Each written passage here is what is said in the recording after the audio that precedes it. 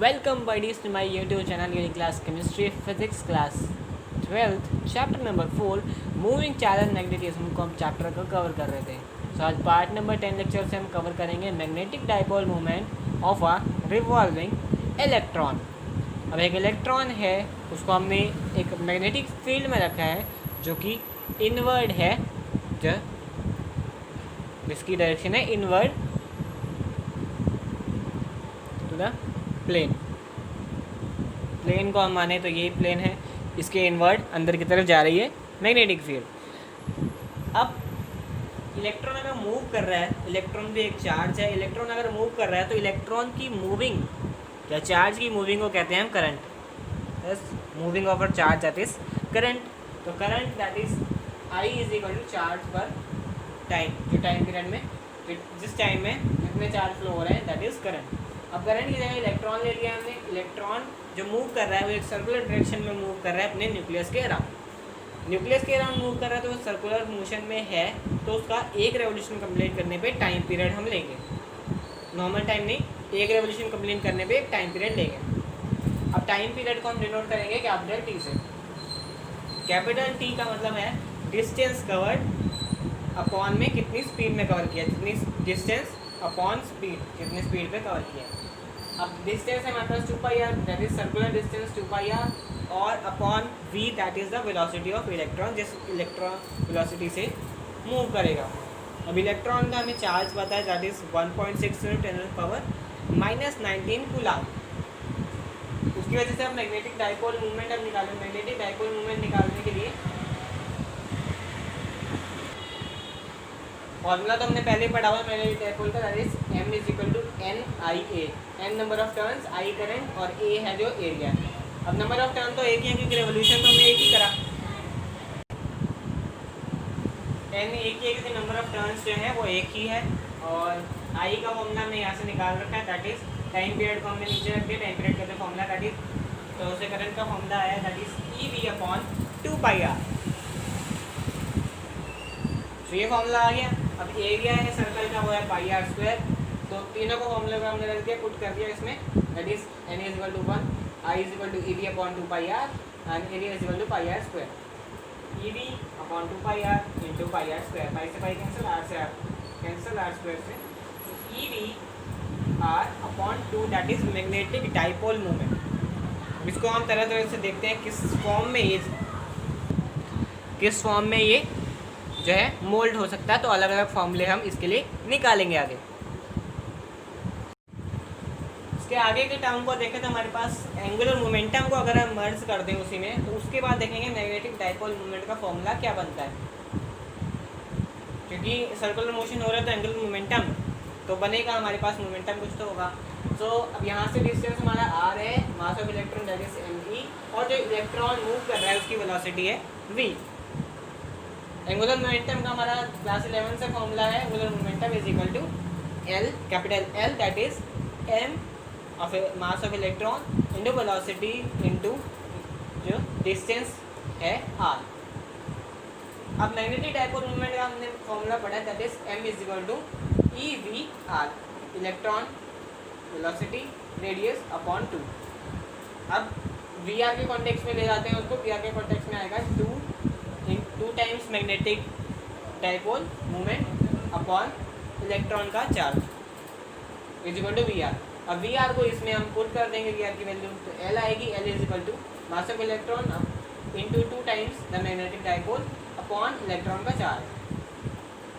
अब इस L upon M को हम ले लेते हैं, तो हमारे पास बनेगी 2me, 2 times mass of electron upon electron का चार्ज। अब m अपॉन l, क्योंकि इसको हमने रेसिप्रोकल कर दिया, तो m अपॉन l की वैल्यू आएगी इलेक्ट्रॉन का charge upon 2 times the mass of electron. So ये हमारे पास नई रेशो बन जाएगी, और ये रेशो कांस्टेंट है क्योंकि इलेक्ट्रॉन का चार्ज कांस्टेंट है और मास of electron constant. So m upon l जो है वैल्यू वो रेशो है, और वो रेशो कांस्टेंट है, कांस्टेंट रेशो है, और इस रेशो को हम नया नाम देंगे दैट इज जायरोमैग्नेटिक रेशो, जायरोमैग्नेटिक रेशो। अब आते हैं मैग्नेटिक डाइपोल के फाइनल फॉर्मूले पर। तो m is equal to EL, ये L कैपिटल होना चाहिए, EL upon 2 times the mass of electron. तो हमारे पास एंगुलर मोमेंटम को फिलअप सब करके मर्ज करके जो फाइनल फॉर्मूला आएगा मैग्नेटिक डाइपोल मोमेंट का, that is m is equal to EL/2me। अब इसमें केमिस्ट्री की हमारे पास जो एक थ्योरी आएगी वो है बोर्स थ्योरी, जो कि इसी थ्योरी से मर्ज करके आगे कंक्लूड की गई है, तो उसको देखते हैं एक बार। और इस जायरोमैग्नेटिक कांस्टेंट की एक रेशो की एक वैल्यू भी है, दैट इज 8.8 इंटू 10⁻10 कूलाम पर kg फॉर एन इलेक्ट्रॉन। ये एक्सपेरिमेंट से वैल्यू फाइंड आउट की गई है, जो कि जायरोमैग्नेटिक रेशो या जायरोमैग्नेटिक कांस्टेंट की जो है रेशो बनेगी, जायरोमैग्नेटिक रेशो की वैल्यू बनेगी। सो उसी कॉन्टेक्स्ट को अगर हम आगे बढ़ाएं तो m is equal to magnetic dipole हमारे पास पता है E/2m इंटू L।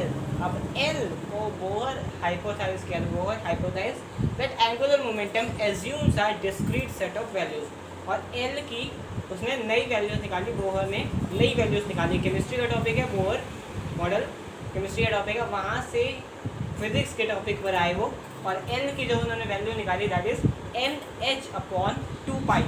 N जो है नेचुरल नंबर है, स्मॉल n, और स्मॉल h जो है प्लैंक्स कांस्टेंट है, हमने क्लास 11 में स्टडी किया है। प्लैंक्स कांस्टेंट की वैल्यू है 6.626 इंटू 10⁻34 जूल सेकेंड। और इस L को उन्होंने नया नाम दिया, that is Bohr quantization condition. अब इस वैल्यू को हम L की जगह पुट करके देखेंगे मैग्नेटिक डाइपोल मूवमेंट में। अब m is equal to E/2me into NH/2π।